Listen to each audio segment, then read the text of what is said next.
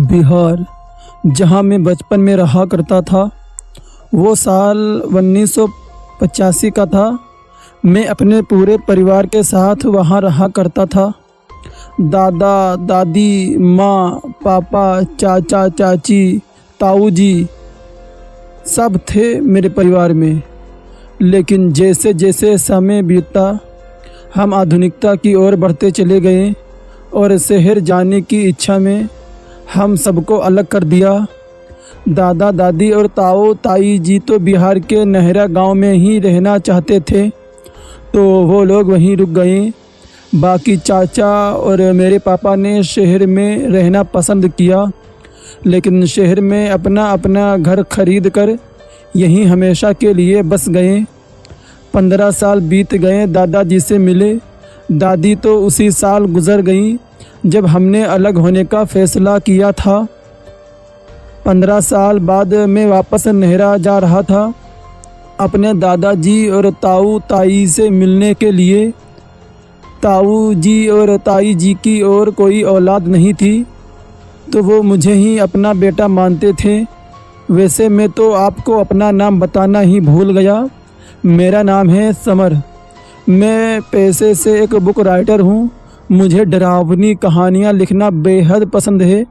मैंने कई सारी कहानियाँ लिखी थी, पर इतनी सारी कहानियाँ लिखने के बाद मुझे अब कुछ भी समझ नहीं आ रहा था कि मैं आगे क्या लिखूं। मुझे काफ़ी ज़्यादा स्ट्रेस हो गया था ये सोच कर, और इस वजह से मैं बहुत ही ज़्यादा बीमार भी पड़ गया था। तो डॉक्टर ने मुझे कहा था कि मैं शांत वातावरण में रहने की ज़रूरत है। इस पर पापा ने कहा कि गांव से अच्छा शांत और साफ़ वातावरण कहीं नहीं मिल सकता बेटा, तो मुझे नहरा चले जाना चाहिए। और मैं भी दादाजी से मिलने के लिए बहुत ही ज़्यादा एक्साइटेड था, तो मैंने नहरा गांव जाने के लिए निकल पड़ा। नहरा गांव जाते जाते रात हो गई थी। उस वक्त रात गांव में बिल्कुल सन्नाटा हो गया था, और जो मेरा घर था वो गांव की आखिरी गली में था। वहां तक मुझे पैदल ही जाना था, तो मैं बस अपना सारा सामान लेकर चलने लगा। अब रात को गांव का माहौल कैसा होता है ये तो आप जानते ही हैं। उस समय ठंड का दिन था, बड़ी कड़कती ठंड पड़ रही थी। पापा ने दादाजी को खबर कर दी थी कि मैं आ रहा हूँ। रात के 11 बज रहे थे और मैं जानता था कि दादाजी लोग सभी मेरी राह देख रहे होंगे। जब मैं इस गांव से गया था तब मैं 15 साल का था। मुझे अच्छे से याद थी ये जगह। उस समय नहरा गांव बिल्कुल वैसा था जैसा मैं छोड़ कर गया था। हाँ, कुछ नए मकान मुझे नज़र आ रहे थे जो पहले वहाँ नहीं थे। शायद गांव वालों ने और घर बना लिए थे। मैं चला जा रहा था कि अचानक से एक गली से कुछ कुत्ते भागते हुए मेरी तरफ आए, जिन्हें देखकर मैं डर गया। मुझे लगा कि वो मुझे काट लेंगे, इसलिए मैंने तुरंत उन्हें मारने के लिए पत्थर उठा लिया। वो कुत्ते भौंकते हुए आए और मैंने उन्हें दूर भगाने के लिए पत्थर मारा। मुझे लगा वो डर के मारे भाग जाएंगे, लेकिन उल्टा उन्होंने मुझ पर हमला कर दिया। 2-3 कुत्ते मुझ पर झपट पड़े और मैं चिल्लाने लगा। मेरी आवाज़ सुनकर कुछ घर की बत्ती जल गई और लोग बाहर आ गए। जब उन लोगों ने देखा कि कुत्तों ने मुझे पकड़ लिया है, तो वो लोग मुझे बचाने के लिए घरों से डंडा लेकर बाहर आए और उन्हें भगा दिया। मुझे काफ़ी ज़्यादा खरोंचें आई थी, तो एक बूढ़े आदमी ने कहा, अरे बेटा, ठीक बड़ा तू। मेरे गांव के लोग बिहारी और भोजपुरी ज़्यादा बोलते थे, तो मैंने कहा, हाँ काका, ठीक हूँ मैं। तो काका ने कहा, राउर परिचय बेटा। मुझे भोजपुरी थोड़ी कम समझ आती थी क्योंकि घर पर सभी हिंदी में बात किया करते थे, तो मैंने कहा, जी क्या कहा आपने काका? तो काका ने कहा, अरे कौन हो भाई, केकरा घर आयल बाड़ा? तो मैंने कहा, जी मैं समर, गिरधर लाल जी का पोता। मेरा नाम सुनकर वो लोग चौंक गए। तो काका ने कहा, अरे समर बेटवा, अरे हमरा के भूल गईला का? अरे हम गिरधरवा के दोस्त हैं।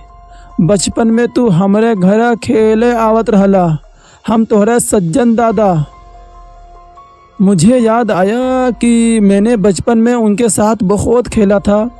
उनसे मिलकर मुझे बहुत खुशी हुई। तो मैंने कहा, अरे सज्जन दादा, पाँव छुई। अरे माफ़ करना, मैंने आपको पहचाना नहीं, इतने सालों के बाद देखा मैंने आपको।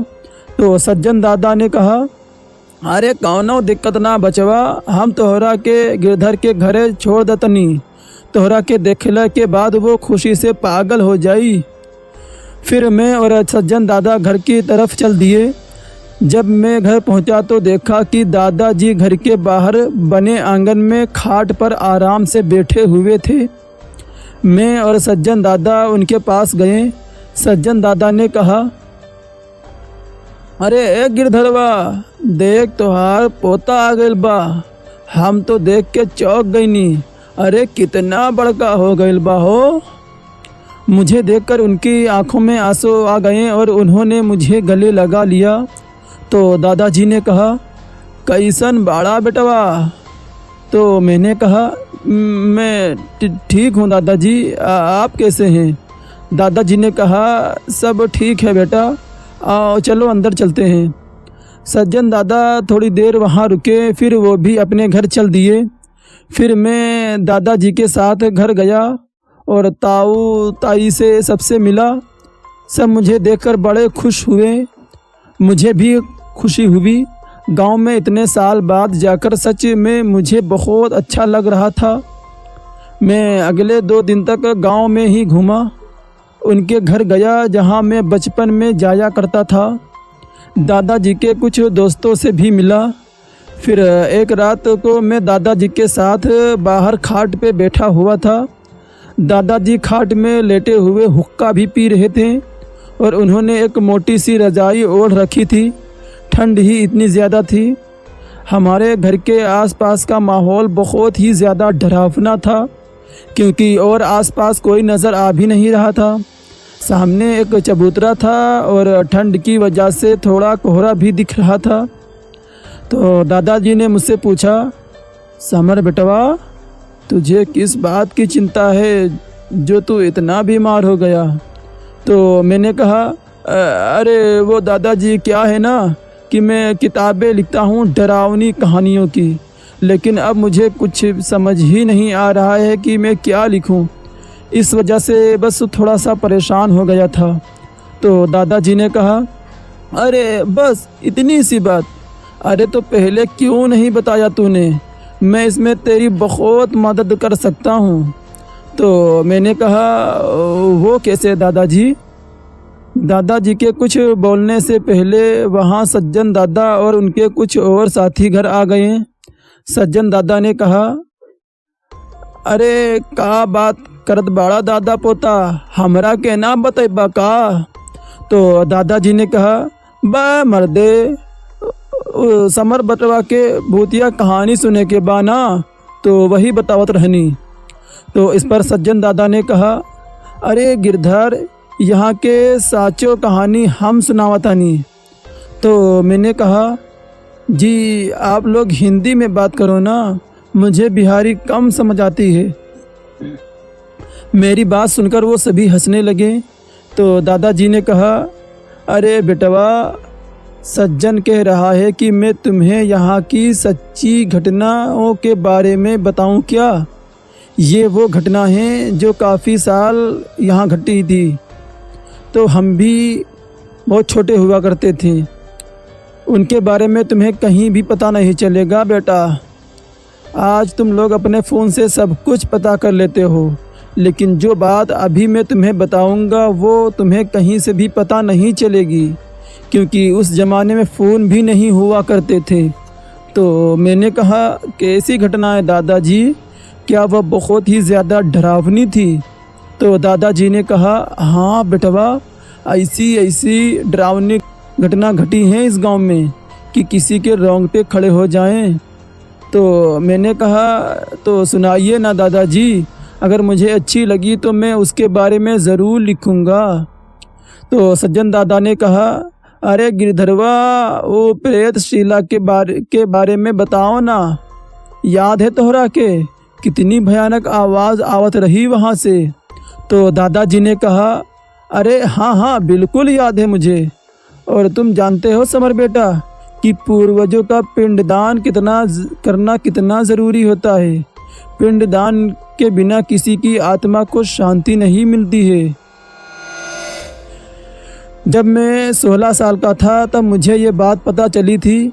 पितृपक्ष के दिन और अमावस्या के दिन मेरे पड़ोस के लोग प्रेतशिला पर्वत जाने वाले थे। प्रेतशिला पर्वत यहाँ से करीब 270 किलोमीटर है, जो गया जी की भूमि पर है। इसके नाम की तरह ही यहाँ पर प्रेत आत्माओं का वास माना जाता है। कहते हैं कि प्रेतशिला पर्वत पर ही पूर्वजों का पिंडदान होता है, क्योंकि पुराणों के अनुसार इस पर्वत पर ही पूर्वजों की आत्माएं पिंड लेने के लिए आती हैं और इससे उन्हें शांति भी मिलती है।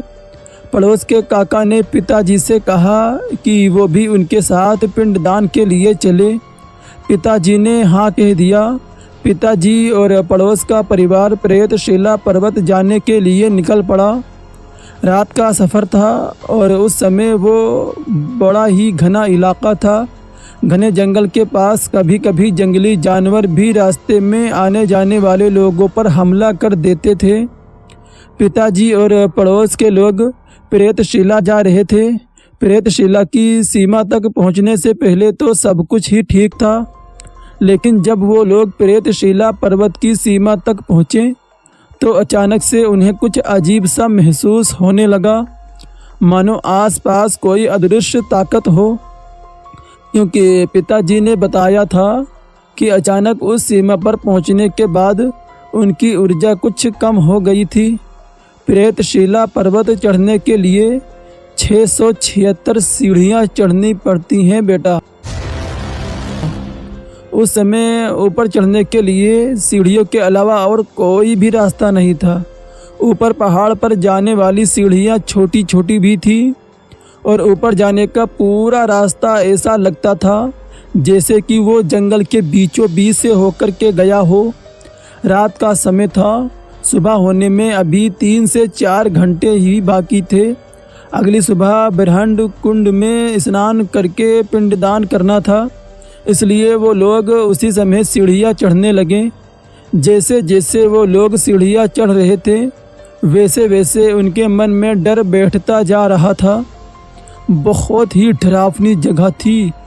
ऊपर से ठंड का समय, रात लंबी और दिन छोटे होने की वजह से अंधेरा जल्दी ही हो गया, जिसकी वजह से वो लोग समय पर पर्वत के ऊपर चढ़ नहीं पाए। उन्होंने करीब 50 से 60 सीढ़ियाँ ही पार की थीं कि अचानक से उन्हें कुछ अजीब सी आवाज़ें सुनाई देने लगी, जिसे सुनकर वो सभी रुक गए। आसपास देखने पर उन्हें कुछ दिखाई तो नहीं दिया, तो उन्हें लगा कि ये उनका वहम होगा। उन्होंने आगे बढ़ना सही समझा, लेकिन अगले ही पल फिर से वही आवाज़ सुनाई दी। वो आवाज़ कुछ ऐसी थी जैसी कोई धीमी आवाज़ में कुछ कह रहा हो। पिताजी और बाकी सबको बहुत डर लगा। उन्होंने आसपास फिर से देखा तो उन्हें बड़ी बड़ी चट्टानों के अलावा और कुछ भी नहीं दिखाई दिया। चट्टानों में काफ़ी बड़े बड़े छेद भी थे, और ऐसा नहीं कि एक चट्टान में, बल्कि वहाँ जितने चट्टानें भी थी उन सभी में छेद बने हुए थे, जैसे कि उन्हें किसी ने अपना घर बनाया हो। सब लोग एक साथ ठहर कर आसपास का ब्यौरा ले ही रहे थे कि अचानक से पिताजी को ऐसा लगा जैसे कि कोई उनके पीछे खड़ा हो। पिताजी के हाथ में पिंडदान के कुछ चीज़ें थीं। उनके हाथ कांपने लगे थे। उस वक्त उन्होंने पीछे मुड़कर देखा तो अचानक से उनकी सांसें ही अटक गईं। अचानक से उनके सामने एक लंबी पेड़ की डाली आ गई, जिसे देखकर वो बहुत ही ज़्यादा घबरा गए और डर के मारे हाथ में पकड़ी सारी चीज़ें उनसे छूटकर नीचे गिरने लगी। सीढ़ियों के गिरते समय उनकी आवाज़ ठन ठन की आवाज़ आ रही थी। जब उन्हें पता चला कि वो सिर्फ एक डाली है तो वो खुद ही संभलकर नीचे की ओर जाने लगे। उन्हें पता था कि वो सिर्फ एक डाली है और कुछ भी नहीं है,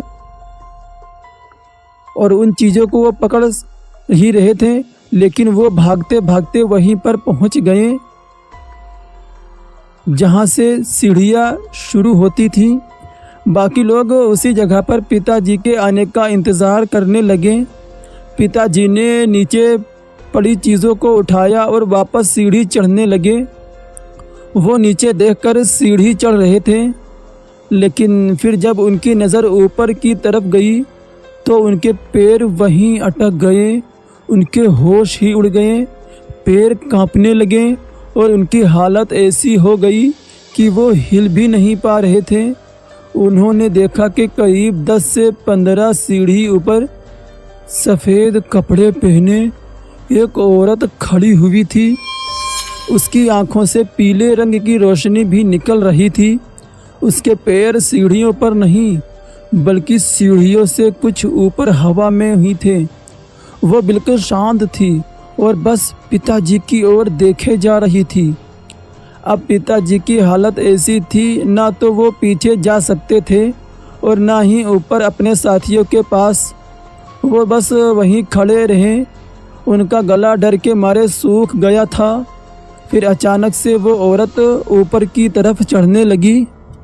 पिताजी ने सोचा कि अब क्या किया जाए, और उन्हें यही लगा कि पीछे जाने के बजाय ऊपर अपने साथियों के पास जाना ही सही ही होगा। वो बहुत ही धीरे धीरे एक एक कदम आगे बढ़ाते गए। उनकी नज़र ऊपर चढ़ने वाली उस भयानक औरत पर टिकी हुई थी। अब ऊपर चढ़ते समय कुछ सीढ़ियों के बाद एक मोड़ था।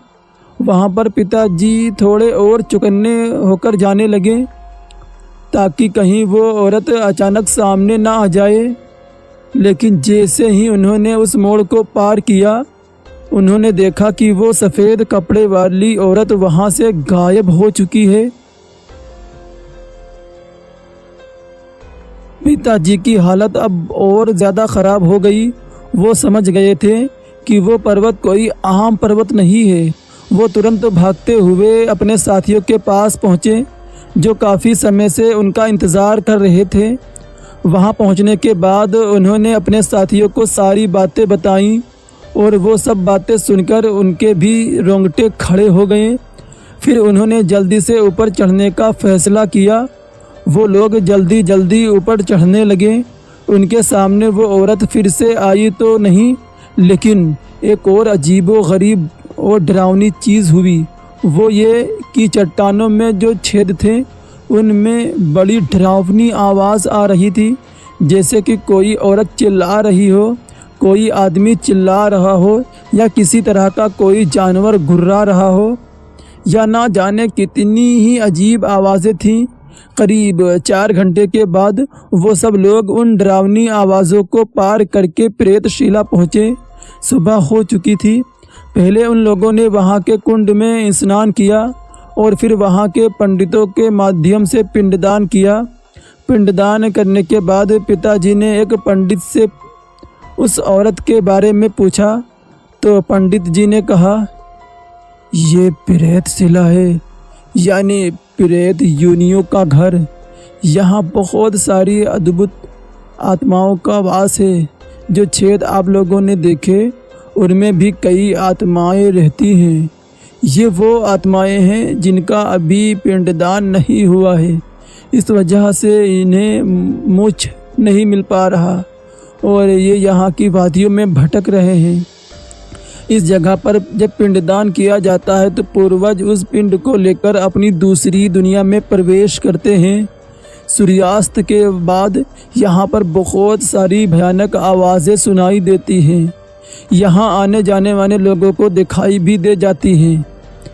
मैं दादाजी की बात बहुत गौर से सुन रहा था। मुझे ये घटना काफ़ी डरावनी लगी। ऊपर से ये तो दादाजी के पिताजी के साथ ही घटी थी, तो मुझे इस पर पूरा विश्वास था। गजा जी का नाम मैंने भी सुना है, लेकिन उससे जुड़ी ऐसी बातें तो मैंने आज तक नहीं सुनी थी। तो मैंने कहा, और भी कुछ हुआ था क्या दादाजी? तो दादाजी के एक दोस्त थे सदाराम, उन्होंने कहा, अरे गिरधर बेटवा के वो बात तो बता, पानी वाला भुतवा के बारे में। तो दादाजी के दूसरे दोस्त ने कहा, तो बेटवा ये घटना के बारे में हमारा के तब पता चलल रहल जब हम छोट रहनी। ये घटना कुछ 1990 में भयल रहे। सज्जन दादा ने कुछ याद किया और कहा, अच्छा तो उन पंडुबुआ के बारे में बतावल चाहता रहा? तो सदाराम दादा ने कहा, हाँ हाँ वही। सज्जन दादा ने कहा, अरे तो हम बतावत बानी, तोहार भाषा में ना बूझी हो। तो सज्जन दादा ने आगे कहा, तो ये बात साल 1980 की है। तो दोस्तों इस कहानी को यहीं समाप्त करते हैं और आगे और भी दादाजी की बहुत ही ज़्यादा डरावनी कहानियाँ होने वाली हैं। और अब इसके आगे दादाजी कौन सी कहानी सुनाएंगे, क्या वो इससे भी ज़्यादा खौफनाक डरावनी होने वाली है? तो प्लीज़ डरावनी कहानियाँ सुनने के लिए हमारे इस चैनल को सब्सक्राइब करें और बेल आइकन को भी दबाइए ताकि हमारी जो नई वीडियो अपलोड हो सबसे पहले आप तक नोटिफिकेशन पहुंच सके। तो फिर आपसे मुलाकात होगी एक और नई वीडियो में। तब तक के लिए bye bye and take care.